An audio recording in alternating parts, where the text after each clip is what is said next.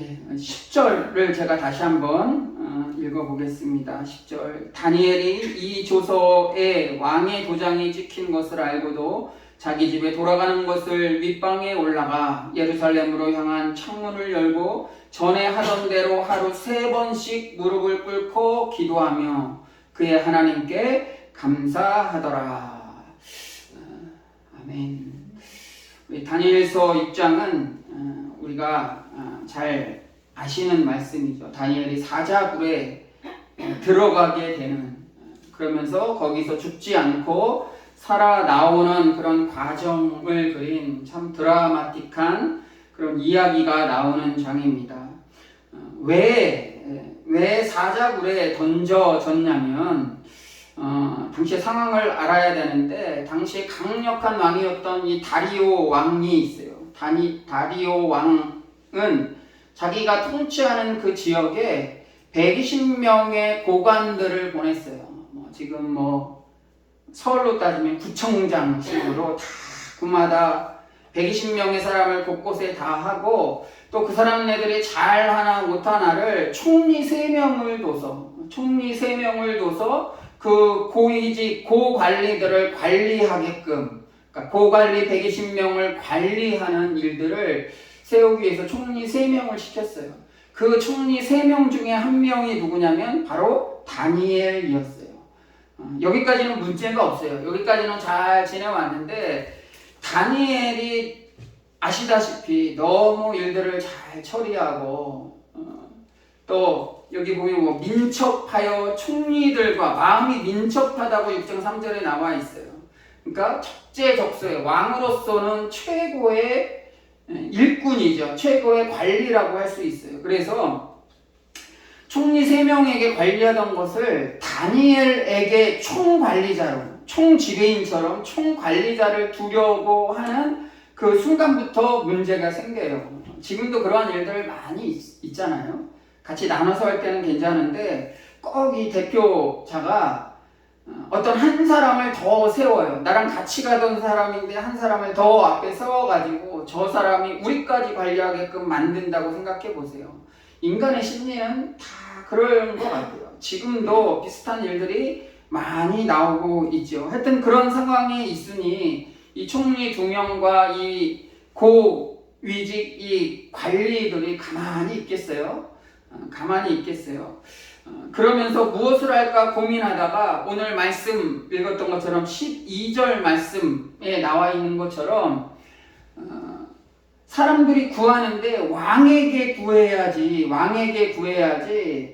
다른 사람이나 어떤 그들이 믿는 다른 신에게 어떤 것을 달라고 원한다면 그것을 어기는 날에는 사자굴에 던지는 그런 법을 만들자고 이 총리들과 관리들이 얘기를 해요.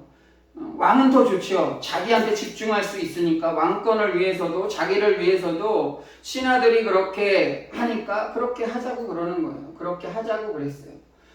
근데 하고 난 다음에 가만히 보니까 이 왕도 다니엘을 너무나 믿었었는데 다니엘을 최고의 리더로 세우려고 하는데 이 총리 둘이랑 이 고관들에 의한 어떤 그런 것에 넘어갔어요. 아마 이 관리들 중에는 이 다니엘이 늘 창문을 열고 예루살렘을 향해서 기도하는 것을 늘 봤던 것 같아요. 그래서 이런 금령을 만들어서, 이런 법률을 만들어서 왕의 도장을 찍어서 확실하게 금령을 내리게 되는 그런 일들이 배경이라고 할 수 있어요. 제가 10절을 한 번 더 읽었어요. 근데 10절을 가만히 보면 이 한 절 가운데 많은 정보를 얻을 수 있어요. 그게 뭐냐면, 첫째로 왕의 도장이 찍힌 걸 알고도 다니엘은 뭐 했어요? 기도했다는 것을 알 수 있어요. 그냥 조서가 왕의 도장이 찍혔구나가 아니고 그 도장에 찍힌 내용이 뭐예요? 내용까지 알고 있다는 거예요. 왕한테 구해야 되는데 다니엘은 예루살렘을 향해서 창문을 열고 기도한다는 건 뭐예요? 다른 신에게 기도하는 거예요. 그러니까 이 다리오 왕에게 있어서는 다른 종교, 저들의 종교의 신에게 기도하는 것이죠. 기도하는 것이죠. 그러면 이 법률에 나와 있는 내용과 어긋나게 되는 거예요. 이것이 걸렸을 때는 얘기한 것처럼 사자굴에 던져져야 되는 거예요. 근데 그 정보를 알고도 다니엘은 기도했다는 거예요. 그리고 본문 말씀 또 10절에 보시면 하루 3번을 기도했는데 뭐라고 나와 있냐면 그 앞절에 전에 하던 대로 그랬어요. 전에 하던 대로. 이게 뭐예요? 매일같이 기도하고 있었던 거예요. 매일같이 기도하고 있었던 거예요. 아마 이 기도하는 모습들을 다른 신하들이 봤던 것 같아요. 계속해서 3번을 기도했다는 것을 알 수 있어요. 또 하나는 뭐냐면 창문을 열고 예루살렘을 향해 기도했다는 것을 알 수 있어요. 예루살렘을 향해. 예루살렘을 왜 향했어요? 예루살렘엔 성전이 있기 때문에 그래요. 성전이 있기 때문에 거기를 향해 기도했어요. 또 마지막 절 보니까 참 독특한데 마지막에 보니까 무릎을 꿇고 기도하고 난 다음에 어떻게 했냐면 그의 하나님께 감사하였더라 그랬어요. 감사하였더라. 근데 가만히 보면 지금의 상황과 이렇게 적용해 보면 자신에게 손해가 갈 줄 알면서도 이게 손해가 아니고 목숨을 내거는 거죠. 우리는 손해가 갈 줄 알면서도 신앙생활과 갈등하는 일들이 참 많이 있어요. 이거 신앙생활 하는데 이것까지 해야 되나 하면서 이것 때문에 좀 신앙생활하기가 참 어려워. 그런 갈등하는 상황 가운데 있지만 다니엘은 그렇지 않았어요. 또 총리 역할을 했다고 그랬어요.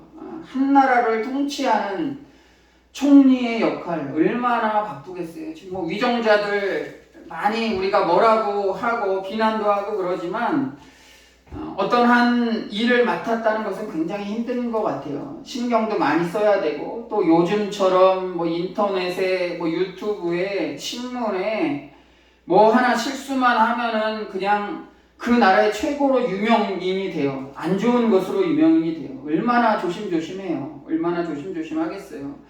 굉장히 일도 바쁜데 그런 것까지 신경까지 써야 되는데 다니엘도 마찬가지잖아요.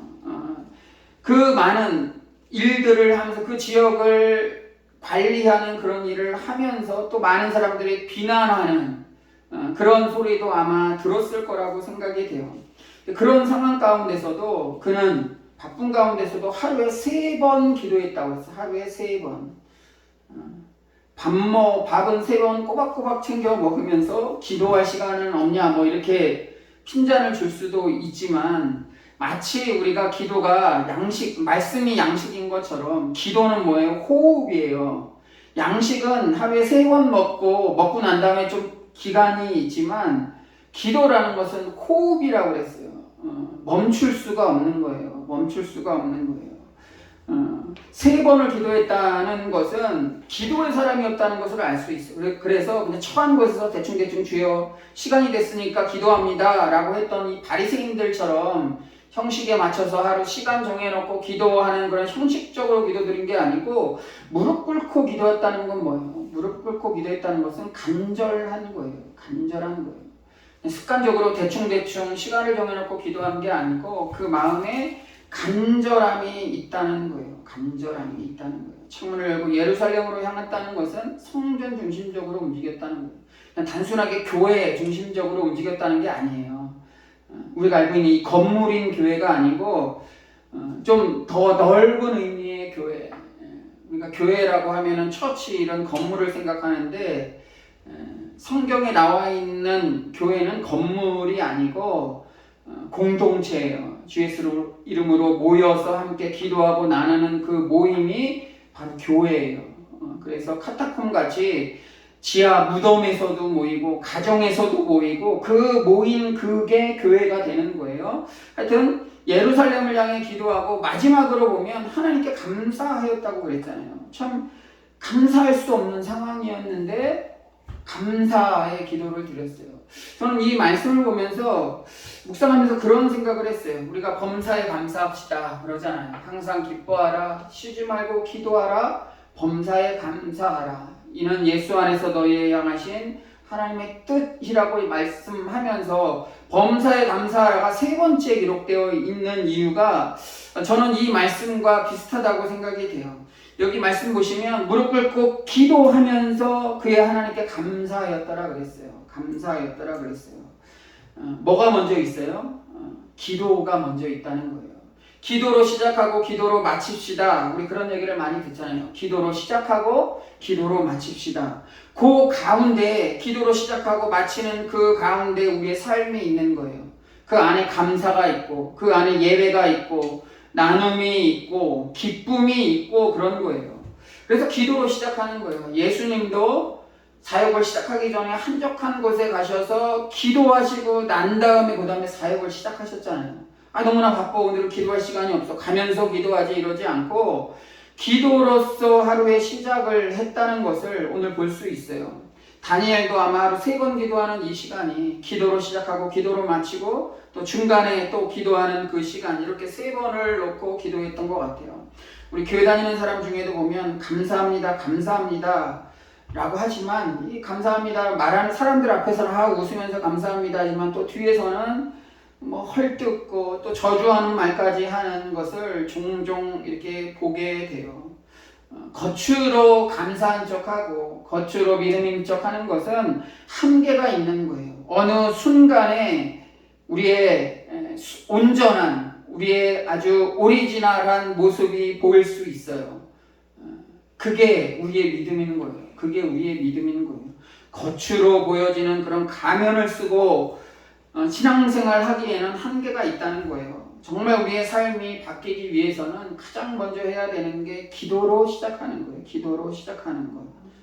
시작과 끝이에요. 그 안에 찬양이 있고 그러는 거예요. 기도로 시작하잖아요. 그러면 찬양을 드릴 때 은혜가 넘쳐요. 예배를 드려도 기도 없이 시작하면 그냥 습관적으로 매 주마다 때 되면 와서 드리는 예배 끝나고 나서도 어떤 말씀인지도 모르고 찬양할 때도 은혜가 없고 그래요. 근데 무릎 꿇고 간절히 기도한 이 다니엘처럼 간절한 마음으로 기도로 하루를 시작한 사람은 찬송 한 장 한 장 부를 때 이런 우리 찬양곡 한 장 한 장 부를 때 가사 하나하나가 우리의 마음속에 와닿아요. 우리의 삶에 적용이 되고 때로는 그 말씀대로 살지 못할 때 죄스러움을 느껴서 회개하게 되고 또는 그 가사의 은혜가 돼서 눈물 나고 기도할 때가 있는 거예요. 기도로 시작할 때 이러한 것들이 넘치는 거예요. 찬양을 드려도 감동이 있고 예배를 드려도 은혜가 넘치고 그러한 것들을 경험하게 된다는 거예요. 다니엘이 감사의 상황이 아니잖아요. 감사의 상황이 아니었어요. 이전에도 다니엘은 억울한 일들을 많이 겪었어요. 바벨론에 포로로 끌려왔는 것도 억울하고 그 또 죽음에서 여러 번 건지시는 분이 하나님이심을 알 수 있었어요. 또 그의 친구들과 함께 뜻을 정하고 왕의 진미를 먹지 않겠다라고 하고 왕이 내린 포도주를 마시지 않았을 때 죽임을 당하는 것이 아니라 더 요긴하게 저 사람은 정말 철저하구나. 저들의 신을 믿는 저들은 참 철저하구나 하면서 오히려 그들에게 더 칭송을 받았던 것을 바라보게 돼요. 때로는 세상 살면서 세상 사람들과 녹아져야 된다고 생각할 때가 있어요. 물론 그들의 삶과 녹아져야 돼요. 그들이 항의할 때마다 절대자처럼 하나님 이런 것을 원하시지 않으세요. 이렇게 과감하게 얘기해야 될 때도 있지만 그렇지 않고 그들의 삶을 이해하고 그들을 이해하고 나아가야 할 때가 물론 있어요. 그러나 우리가 내어주어서는 안 되는 많은 일들이 있잖아요. 많이 있어요. 그들과 함께 동화하며 나누며 마치 이방신들과 이방에 있는 사람들과 죄인들과는 밥도 먹지 않겠다. 대화도 하지 않겠다. 우리 믿는 사람들끼리만 모여서 대화하겠다. 이거는 아니잖아요. 이거는 잘못된 거예요. 마치 바리새인과 같은 거예요. 저 죄인들,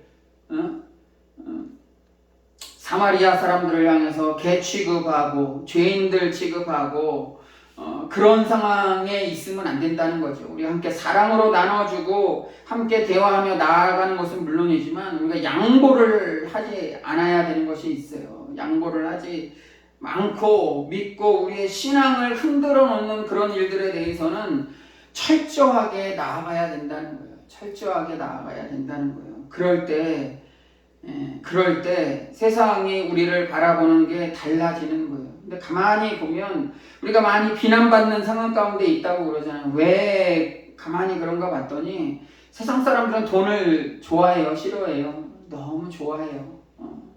자기 인격까지 벌어가면서까지 돈을 좋아해요. 근데 가만히 보니까 교회 다니는 사람들도 똑같은 거예요. 교회 리더들도 똑같은 거예요. 돈이 너무나 좋대요. 겉으로는 아니라고 하지만 돈이 너무 좋아요. 돈이 너무 좋아요. 그런 것이 똑같아요. 달라지지 않아요. 술 먹지 마라, 담배 피지 마라. 죄입니다. 그거는 죄는 아니에요. 죄는 아니에요. 술 먹고 담배 피는 게 죄는 아니에요. 그러나 죄로 들어가는 어떤 관문이라고 그러네요. 그렇다면 예수님이 저는 술 마시면 죄인입니다. 지옥에 갑니다라고 얘기하는 사람들한테 그런 얘기하고 싶어요. 포도주가 술인가요? 아닌가요? 한번 질문해 보고 싶어요.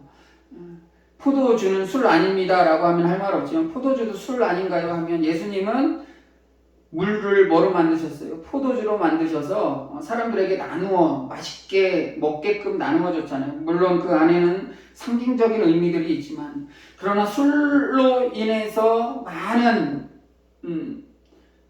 죄들로 들어가는 어떤 그런 단계들이 있잖아요. 단계들이 있어요. 넘어질까 조심하라 하는 것처럼 넘어지는데 굉장히 유용한 도구가 그러한 도구들인 거예요. 우리 기독교에서는 마시지 마라 그렇게 얘기를 하지만 그거 자체로 보지 않고 그 의미, 그것을 넘어서는 그 어떤 것을 우리가 좀 발견할 필요가 있을 것 같아요. 그러니까 이 다니엘은 그러한 상황 가운데 포도주를 마시지 않고 죽임을 당하는 것이 아니고 더 그들에게 나아가는 요긴하게 쓰임받는 그런 사람이 되었어요. 느부갓네살 왕에게도 자신의 꿈을 알려주지 않고 해석을 내지 못하면 모든 박수와 술객들을 죽인다고 했을 때도 다니엘은 기도하면서 나아갔어요. 답이 안 나올 때 다니엘은 계속해서 기도하며 나아갔던 것을 볼 수 있어요. 기도할 때 저는 그렇게 되는 것 같아요. 기도할 때 초점이 맞춰지는 것 같아요. 막 답답하고 어떻게 해야 되지 알지 못하고 내 경험과 어떤 누구랑 얘기를 해도 알지 못할 때 때로는 이렇게 기도하다 보면 기도를 통해서 야 이거구나 어떤 퍼즐이 하나하나 맞춰진다 그러나요? 그런 것들을 경험하게 돼요. 마치 우리 돋보기로 우리 옛날에 많이 했잖아요. 검은 종이 같은 거 태울 때 어때요? 그냥 막 한다고 되는 게 아니고 햇빛과 초점을 맞춰야 되는 거잖아요. 이 돋보기의 역할을 하는 게 저는 기도인 것 같아요. 기도. 초점을 맞추는 거예요. 초점을 맞추는 거예요. 안경도 초점이 안 맞으면 흐릿멍텅하게 보이잖아요. 저는 지금 눈이 조금 안 좋긴 안 좋은데 노안이 와서 그런데 우리 저희 집사람은 더 안 좋지만 이 안경을 꼈을 때도 그래요. 안경을 꼈을 때도 가까이 보면 안 보이는데 어느 정도 초점이 맞출 때 글씨가 이렇게 또렷이 다가오는 것처럼 기도라는 것이 그런 것 같아요. 기도를 할 때 마치 이 돋보기와 같이 또렷하게 어떤 일들을 드러내게 만드는 거예요. 이게 답도 안 나오잖아요. 답도 안 나와요. 다니엘은 이 왕이 도장을 찍은 그 칙령을 내용까지 알고 있었어요. 두려운 마음도 있었겠죠. 어떻게 해야 될지 알지 못하는 그런 상황 가운데 있었지만 청년 때 이 바벨론의 포로로 왔을 때부터 지금까지 변하지 않는 것은 기도했을 때 하나님이 도저히 해결할 수 없는 자기 힘으로 해결할 수 없는 것들을 다 해결해 주셨다는 것을 경험을 통해서 알게 됐어요. 기도하다 보니까 하나님과의 초점이 잘 맞은 거예요. 그래서 아무리 능력으로 하나님의 일들을 시작하고 정말 유능한 목사님이야, 유능한 크리스찬이야 하는 사람들이 어느 순간에 넘어져서 막 뉴스에 나오거나 저는 그런 분들이 처음부터 그렇게 됐었을 거라고는 생각이 안 해요. 처음에 분명히 하나님의 은혜로 시작하고 하나님의 말씀대로 살려고 하고 정말 열심히 노력했다고 생각을 하게 돼요. 그러나 어떤 상황이 변해서 또는 바빠서 여러 가지 일들이 있어서 점점 기도하는 것을 이렇게 뒷짐지고 하나하나 내려놓고 일이 먼저고 내일이 먼저고 이렇게 하나하나 나가다 보니까 초점이 흐트러졌던 거예요. 초점이 흐트러졌던 거예요. 그러니까 걱정들이 와요. 염려가 생겨요. 그러니까 우왕좌왕하게 돼요. 교회는 다니지만 우왕좌왕하게 돼요. 염려하지 말라고 그러잖아요. 이 염려하다의 어원 중에 보면 목을 조르다라는 의미가 있어요. 그래서 염려하지 말라는 거예요. 염려하면 누가 나를 목을 조르고 있으면 평상시 하던 것도 하지 못하고 조급하게 돼요. 그럼 실수하게 되고 어떤 판단을 잘못하게 되고 그러다가 보면 큰 실수를 하게 되는 거예요. 뉴스나 우리가 알고 있는 유명하신 크리스찬 중에 목회자 중에 일이 일어나는 게 바로 이러한 일들인 것 같아요. 처음엔 사랑으로 목양하다가 너무나 바빠지고 많은 일들이 하고 그러니까 이게 점점 기도하는 시간이 줄어드는 거예요. 그러니까 초점이 흐트러지는 거예요. 이게 우리에게도 올 수 있는 상황이라는 거예요. 우리에게도 초점이 하나 흐트러지기 시작하면 넘어질 수밖에 없어요. 제대로 이런 글조차도 읽을 수가 없는 것처럼 초점이 흐려질 때 그래요. 그럴 때 우리는 뭘 해야 돼요? 기도하며 나아가야 돼요. 기도하며 나아가야 돼요. 다니엘이 기도했던 모습을 한 번 더 보고 말씀을 마치려고 해요. 첫째로 예루살렘을 향했다고 그랬잖아요. 예루살렘 성전 중심이에요. 그가 바라보고 있는 초점 가장 우선순위가 뭐냐면 성전이었어요. 성전은 뭐냐면 하나님 중심적으로 바라봤다는 거예요. 하나님 중심적으로 바라봤다는 거예요. 그리고 창문을 열고 늘 하던 대로 3번 기도했어요. 뭐 2번이냐 3번이냐 이게 중요한 게 아니고 시간을 정해놓고 주님 만나는 시간을 정한다는 게 참 중요해요. 그리고 또 하나는 무릎을 꿇었다는 거예요. 간절하다는 거예요. 우리는 기도하면서도 간절하지가 않아요. 어떠한 일들, 중요한 일들이 있는데도 기도는 하지만 주님 들어주시던지 말던지 하는 그런 기도의 느낌으로 기도할 때가 참 많이 있다는 거예요. 기도할 때는 예수님이 기도했던 것처럼 땀방울이 핏방울이 되는 것처럼 그것은 뭐냐면 아주 간절하게 기도했어요. 다니엘도 무릎을 꿇고 기도했다는 것은 뭐냐면 간절함이 있다는 거예요. 그 마음을 품고 나아갔으면 좋겠어요. 그럴 때 우리가 감사의 제목들이 생기는 거예요. 감사의 제목들이 생기는 거예요. 감사라는 것은 어떤 우리의 보여지는 환경이 변하는 게 아니에요. 똑같은 사건은 똑같이 일어나요. 똑같이 일어나는데 그것을 보는 관점이 달라지는 거예요. 초점이 달라지는 거예요. 뭐가 떨어졌어요. 누가 다쳤어요. 그런데 누구는 왜 다쳤어? 이런 재수없는 일이 하면서 불평불만할 수 있지만 기도의 사람은 이게 내가 하나님이 나를 좀 더 구체적으로 만나서 기도하시길 원하시는구나 라는 것을 깨닫게 돼요. 초점이 맞춰진다는 거예요. 우리 흐트러졌다면 우리 초점을 다시 한번 맞춰서 이 다니엘과 같이 늘 사자굴에 던져져도 주님이 지켜주실 것을 확신하며 믿음으로 살아가시는 주님의 복된 자녀 되시기를 주 여러분을 간절히 기도합니다. 기도합니다. 우리 함께 잠깐 말씀에 의지해서 한 1, 2분 정도 기도하고 제가 기도하고 주기도문하고 마치겠습니다. 기도의 사람이 되길 원합니다. 우리 가정에서도 시간 내실 때 뭐 크게 소리치진 않더라도 한적한 곳에서 이렇게 기도했던 것처럼 다니엘이 문을 열고 기도했던 것처럼 우리의 기도처가 필요합니다. 기도하며 나아가게 해주시옵소서. 기도하며 나아가게 해주시옵소서. 기도하기로 작정합니다. 또 다니엘과 같이 하나님과 이 초점을 맞추고 늘 나아가길 원합니다. 그런 마음으로 나아갈 수 있도록 이번에 함께 기도